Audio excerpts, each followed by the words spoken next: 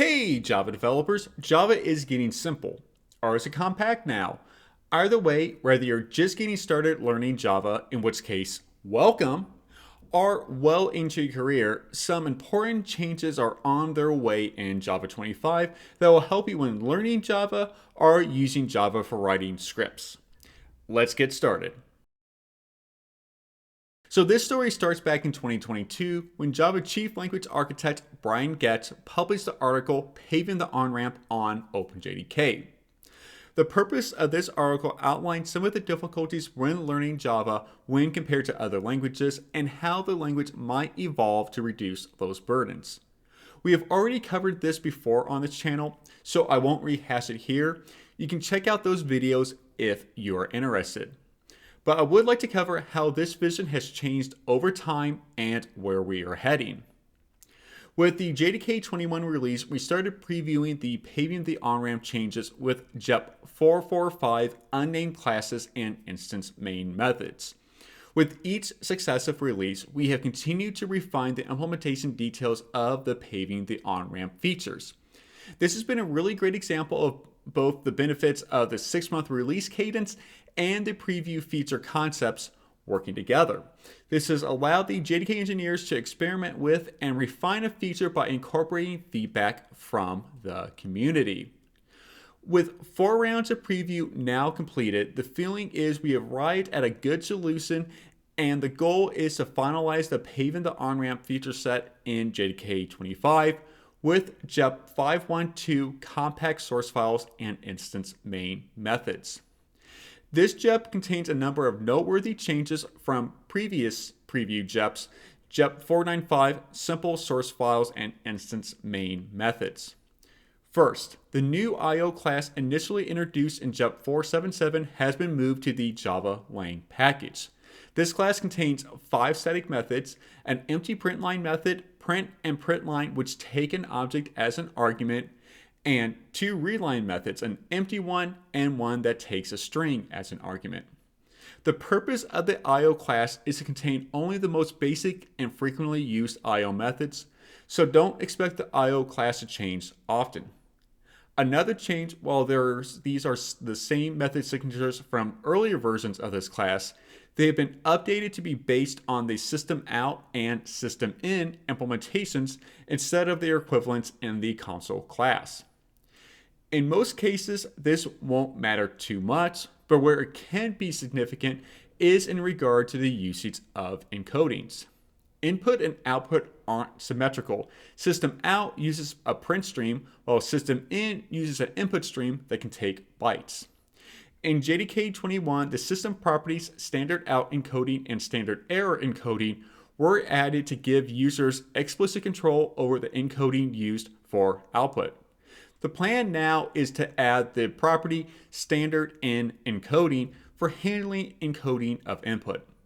Lastly, when using the compact source file syntax, a term we will return to in a moment, the system will no longer perform an implicit static import of the IO class. This change was made to prevent a metaphorical bump from occurring in the on-ramp when graduating a class from compact to normal. As before, a user would start to encounter compile errors when referencing print, println, and readline. Now the behavior will remain consistent as IO print, println, and readline would need to be used in both cases. It's often joked that naming is one of the hardest problems in computer science. Well, that joke might hold true for the Paving the On-Ramp feature set. Initially, the term used to define when variables and methods were defined outside the context of a declared class, like here, it would be called an unnamed class. Then this was changed to an implicitly declared class, followed by simple class. And finally, it looks like the term will be compact class. While there is no perfect name, and there will be no doubt continued debate within the community over if compact is the right term, this is probably the best compromise. Well, I guess this is a case where we'll have to agree to disagree. I don't agree to that. Neither do I. Unnamed and implicitly declared are pretty difficult concepts to talk about to students, while simple works for students but implies it's only for beginners. Compact, on the other hand, does better communicate that this is a condensed syntax, but doesn't imply that it's only meant for the beginners. It also helps establish compact as a term in the Java lexicon, as we also have compact constructors in record classes, which removes the need for declaring arguments and assignments when writing a canonical constructor in a record class. Finally, these changes addresses a real need within the more experienced Java community of making Java a more attractive language for writing small utility programs or scripts. Between the paving the on-ramp features, module imports, language updates including local variable type inference, text blocks, records, pattern matching, and runtime updates like source code launching, Java is becoming a much more practical option for scripting. It's definitely nice for someone like myself where my bash script skills aren't what they used to be. In case you missed it, we launched a new site at Java 1 last month, learn.java. As the name implies, learn.java is a site dedicated to helping people learn to code in Java.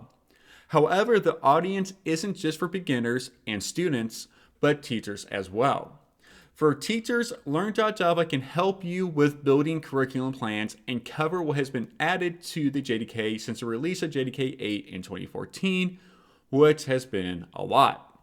Also, with the launch of learn.java, we updated the Java playground to provide embedded code examples, which should help with learning new concepts instead of needing to have two tabs open, copying and pasting between them. Instead, you're able to execute a code concept right where you are learning about it. Super cool in my humble opinion. Well, that's it for this edition of the Inside Java Newscast. Don't forget to like and subscribe and maybe tell a friend about it. Or, if you hated this, tell an enemy. Either way, until next time, happy coding!